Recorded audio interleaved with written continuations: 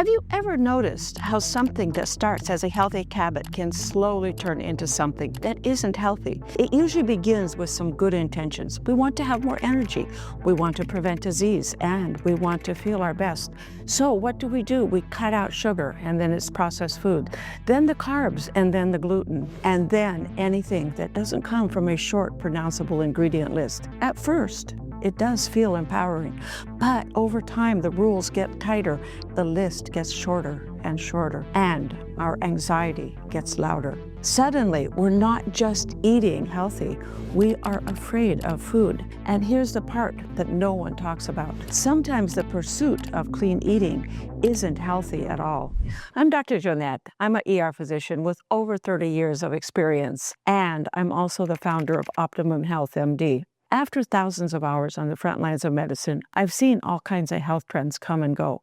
But one in particular has quietly crept in, and while it looks healthy on the surface, it is harming more people than you would think. Today, I want to flip the script on a popular idea because while we are all focused on the dangers of ultra-processed food, no one is talking about the darker side of eating clean. Now, don't get me wrong, I do believe in clean eating, and I have seen firsthand how a well-intentioned pursuit of clean eating can also spiral into something that is destructive. There's a condition, it's called Orthorexia nervosa. It is an unhealthy obsession with eating only what's considered pure, organic, or unprocessed, and it is more common than most people realize. I've treated patients in the ER who were severely malnourished, not from starvation, but from restriction. They were eating, but only from a very narrow, fear-based list of clean foods. I'll never forget one patient in particular. She was a woman in her early 20s. She came in because she was dizzy, exhausted, and also losing her hair. She also had an alarming loss of weight. She hadn't touched sugar, carbs, gluten, or anything processed now in over a year. She wasn't on a crash diet. She truly believed that she was doing the right thing. But her labs, that when I ran them, told me a very different story. What I saw was a deficiency of vitamin B12. I saw electrolytes that were out of balance, and I saw a body that was in trouble. What started as clean eating had become a dangerous obsession for her. And unfortunately, she's not alone. And sometimes these stories do make headlines. There was a 39-year-old that was recently in the news. She was a vegan influencer. She reportedly died after years of consuming an extremely restrictive raw fruit diet.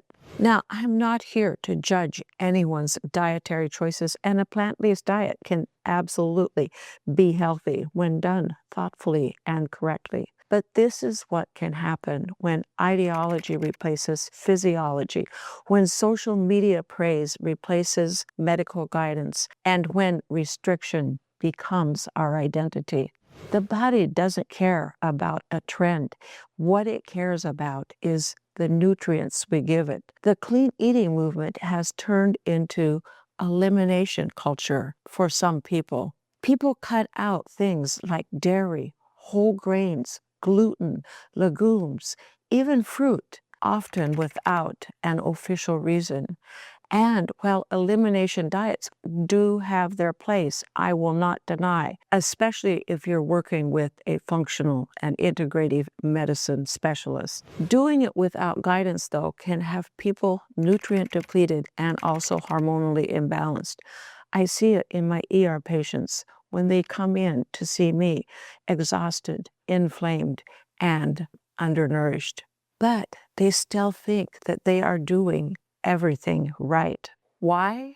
Because diet culture has taught them that clean means less, when true health often requires more balance, not more restriction. This isn't just anecdotal, but there was a 2017 study in International Journal of Eating Disorders, and what it found was that people with orthorexia and nervosa tendencies actually experienced higher levels of anxiety and a lower quality of life than those who were without dietary restrictions. So while they were eating clean, they were also mentally and emotionally suffering. And health without peace of mind isn't really health. Let's talk about something uncomfortable, and that is the privilege of clean eating. Organic, grass-fed, non-GMO, pasture-raised. It's aspirational, but for many people, it is also very unattainable. I've treated single parents in the ER who were just trying to keep their families fed. So when the wellness world says, if you're not eating clean, you are poisoning yourself and your children, we are creating a moral hierarchy around food that shames people who do not have access. Health shouldn't be elitist. It should be accessible. That is a core belief of mine, meeting people where they are. Here is something that I teach my patients that surprises them. Not all processed food is actually bad. A lot of people don't know that frozen vegetables can be more nutritious than fresh vegetables, or that canned beans are also affordable, convenient, and loaded with nutritious fiber. Or fortified foods are sometimes the only source of certain vitamins in some people's diet. This all or nothing mindset around clean or dirty food is misleading and also, frankly, sometimes dangerous. After 30 years in emergency medicine, here is what I've learned. Health is not perfection. It's not rigid rules. It's not food for fear or shaming yourself because you ate that cookie. What it is, it's about nourishment, about balance, and mental peace. So, yes, eat whole foods, prioritize quality whenever you can, but never let the pursuit of clean rob you of your joy, your flexibility, or your sanity. Because, remember, the healthiest diet is the one that supports your mind, your body, and also your lifestyle, not just your Instagram feed. If this message hits home, please share it with someone in your life who might be struggling under the pressure of perfect health. Go to my website, growwithdrjoanette.com, for more healthy longevity. I'm Dr. Joanette, and I'll see you next time on the Dr. Joanette channel.